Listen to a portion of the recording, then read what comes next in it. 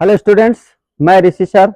आइए, जैसा कि मैंने आप लोगों से कहा था कि अगला जो पार्ट हम पढ़ाएंगे वो डिग्री ऑफ कंपैरिजन, एडजेक्टिव की डिग्री को बदल कर ट्रांसफॉर्मेशन करना, वो हम पढ़ाएंगे। तो आज वही पार्ट लेकर के हम आपके पास हाजिर हैं अपने YouTube channel English Hindi study hub में। आइए, मेरे इस चैनल को सब्सक्राइब कीजिए। ज़्यादा से ज़्यादा वीडियोस प्राप्त करने के लिए 9 से 12 तक के सभी कंटेंट हिंदी, अंग्रेजी, ग्रामर और अनिवार्य संस्कृत के। आइए पढ़ना प्रारंभ करते हैं। Degree changing degree of adjective, adjective की डिग्री में परिवर्तन करके किस प्रकार वाक्यों को ट्रांसफॉर्म किया जाता है, पढ़ना प्रारंभ करते हैं। तो पढ़ने से पहले कुछ एडजेक्टिव के बारे में बेसिक चीजें पहले पढ़ लेते हैं ताकि हमें आसानी रहे जानने में कि किस प्रकार से हम आगे डिग्री को चेंज करेंगे एडजेक्टिव की।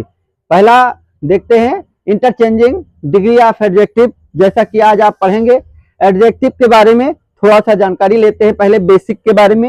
एडजेक्टिव की 3 डिग्री होती है, पॉजिटिव, कंपैरेटिव और superlative. Positive degree, comparative degree और सुपरलेटिव डिग्री। पॉजिटिव डिग्री अपने मूल रूप में ही प्रयोग की जाती है और उसको साधारण वाक्यों में प्रयोग किया जाता है। उसको प्रयोग करके हम साधारण वाक्य बनाते हैं। और दूसरा कंपैरेटिव डिग्री, कंपैरेटिव डिग्री तुलना के लिए प्रयोग की जाती है। जब दो व्यक्तियों के बीच में तुलना की जाती है, जैसा कि मैंने यहाँ पर परिभाषा में लिख भी रखा है कि जब दो वस्तुओं या दो व्यक्तियों के बीच में तुलना की जाती है तो हम कंपैरेटिव डिग्री का प्रयोग करते हैं। कंपैरेटिव डिग्री में जो शब्द मुख्यतः प्रयोग किए जाते हैं वो है देन और टू। जैसे जूनियर, सीनियर, सुपीरियर, इसके लिए टू का प्रयोग किया जाता है। बाकी अन्य एडजेक्टिव से जब हम कंपेयर करते हैं किसी चीज को तो वहां पर हम देन का प्रयोग करते हैं। सुपरलेटिव की ओर बढ़ते हैं। सुपरलेटिव डिग्री का प्रयोग तब किया जाता है जब बहुत सारे लोगों में किसी एक को या किसी एक वस्तु को बहुत सारी वस्तुओं में अच्छा दिखाना हो कि सर्वश्रेष्ठ है, ये सर्वोच्च है, सबसे अच्छी है, तब हम वहां पर सुपरलेटिव एडजेक्टिव की सुपरलेटिव डिग्री का प्रयोग कर लेते हैं।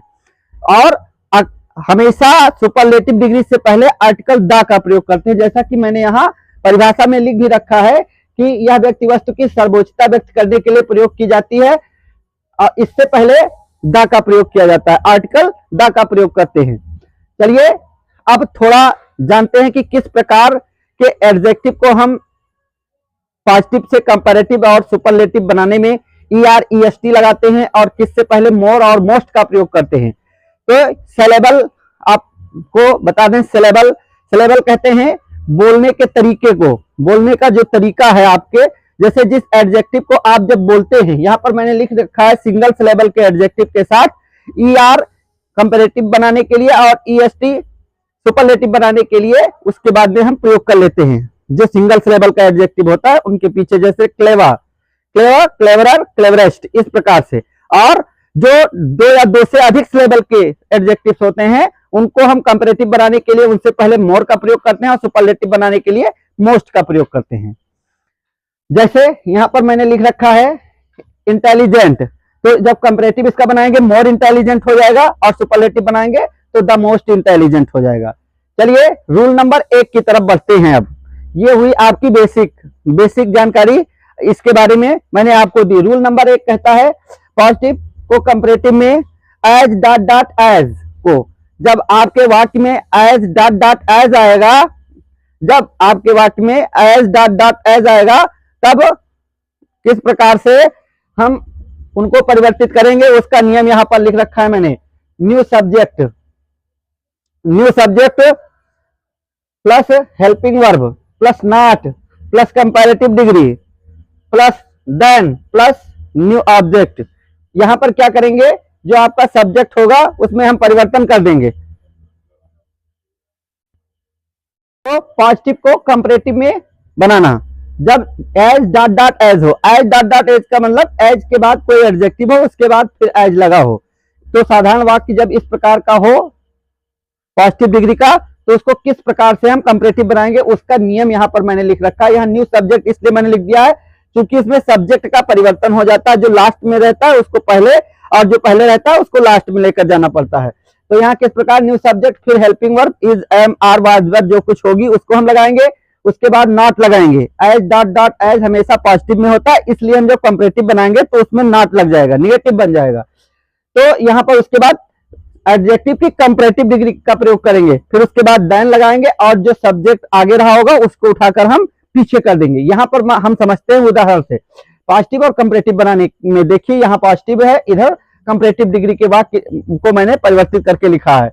देखिए Hira is as tall as Ram, तो यहाँ राम उधर चला जाएगा, राम नियमानुसार राम नया सब्जेक्ट यहाँ पर बनेगा राम, फिर हेल्पिंग वर्ब इज इसमें थी, इज लगाएंगे, फिर निगेटिव वर्ड का प्रयोग करेंगे नॉट, चूंकि इसमें नॉट नहीं रहता है। और ट्रांसफॉर्मेशन में मैंने कई बार बताया है कि जिन वाक्यों में नॉट ना हो उनमें से उनके जब रूप ट्रांसफॉर्म करते हैं उनका तो उनमें नॉट लगा देते हैं, जिनमें होता है उनमें से हटा देते हैं। इस नियमानुसार हम यहाँ नॉट लगाएंगे और टाल का जो आपकी कंपैरेटिव डिग्री बनेगी वो टालर बनेगी, तो लिख देंगे राम इज नॉट टालर, फिर लगाएंगे देन नियमानुसार और फिर जो इधर आपका सब्जेक्ट रहा होगा उसको इधर ले आएंगे, हो जाएगा हीरा।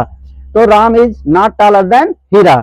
ऐसे ही Seelu is as intelligent as Ram, Ram is not more intelligent than Seelu. इस प्रकार से हो जाएगा she is as beautiful as her sister, तो her sister is not more beautiful than she. इस प्रकार से हो जाएगा Ramesh is as wise as, यहाँ पर मैंने जैसे भी बताया डबल सिलेबल, ये भी इंटेलिजेंट भी 2 से अधिक सिलेबल इसमें है और ब्यूटीफुल में भी 2 से अधिक सिलेबल है, इसलिए इससे पहले कि हमने लगाया यहाँ पर मोर इंटेलिजेंट और मोर ब्यूटीफुल ये लगाना पड़ा है, क्योंकि यहाँ सिलेबल के अनुसार हम इनके जो डिग्री का परिवर्तन करेंगे वो सिलेबल के अनुसार करेंगे, जो मैंने पहले ही बेसिक में बताया है अभी आपको।